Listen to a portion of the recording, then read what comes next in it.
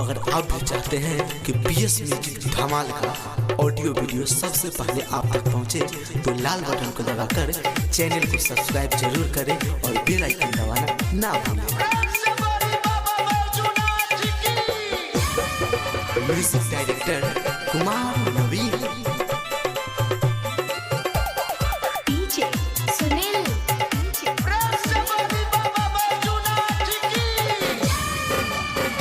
गणेश के मम्मी हो भंगिया में करतनी कमी हो हाँ सुनय गणेश के मम्मी हो भंगिया में करतनी कमी हो। सावन महीनमा में कैलाश भवनमा में सावन महीनमा में कैलाश भवन गणेश के मम्मी हो भंगिया में करतनी कमी हो हाँ सुनय गणेश के मम्मी हो भंगिया में करतनी कमी हो। सावन महीनवा में कैलाश भवनवा में सावन महीनवा में कैलाश भवन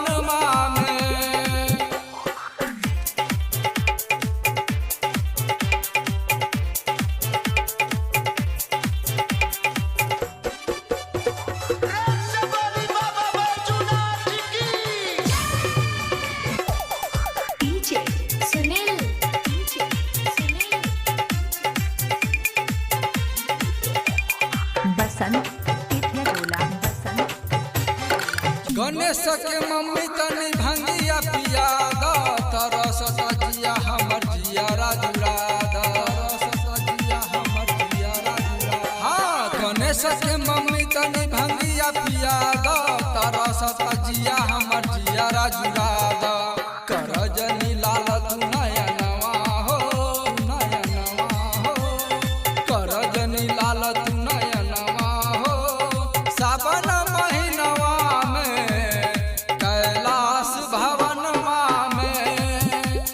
सावन महीनवा में कैलाश भवनवा में सुनय गणेश के मम्मी हो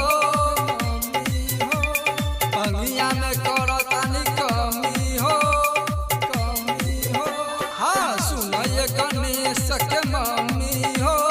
भंगिया में करतनी कमी हो। सावन महीनवा में कैलाश भवनमा में सावन महीनवा में कैलाश भवनमा में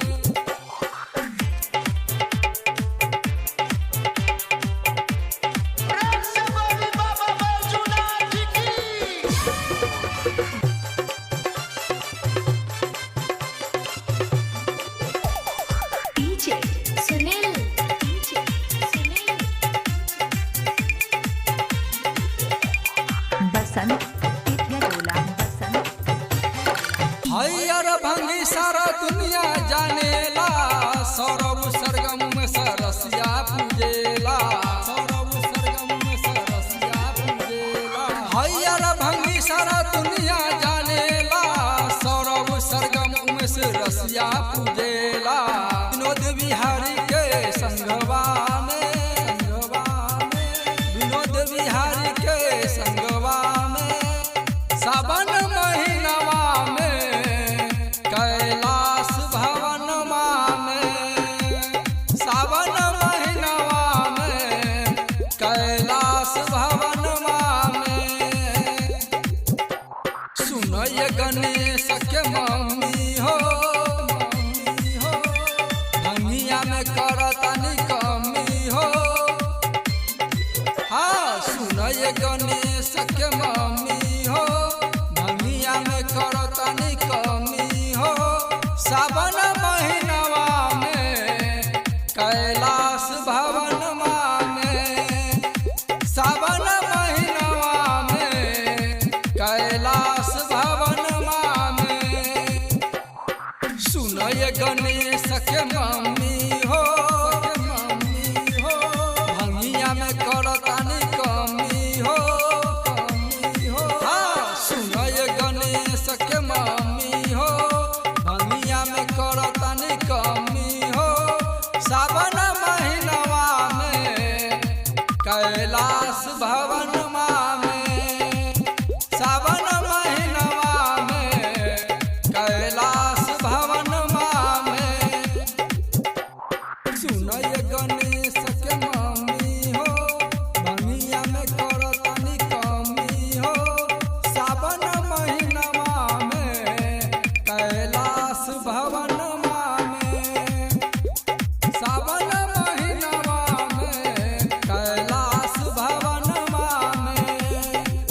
माँ सरस्वती रिकॉर्डिंग स्टूडियो भदई।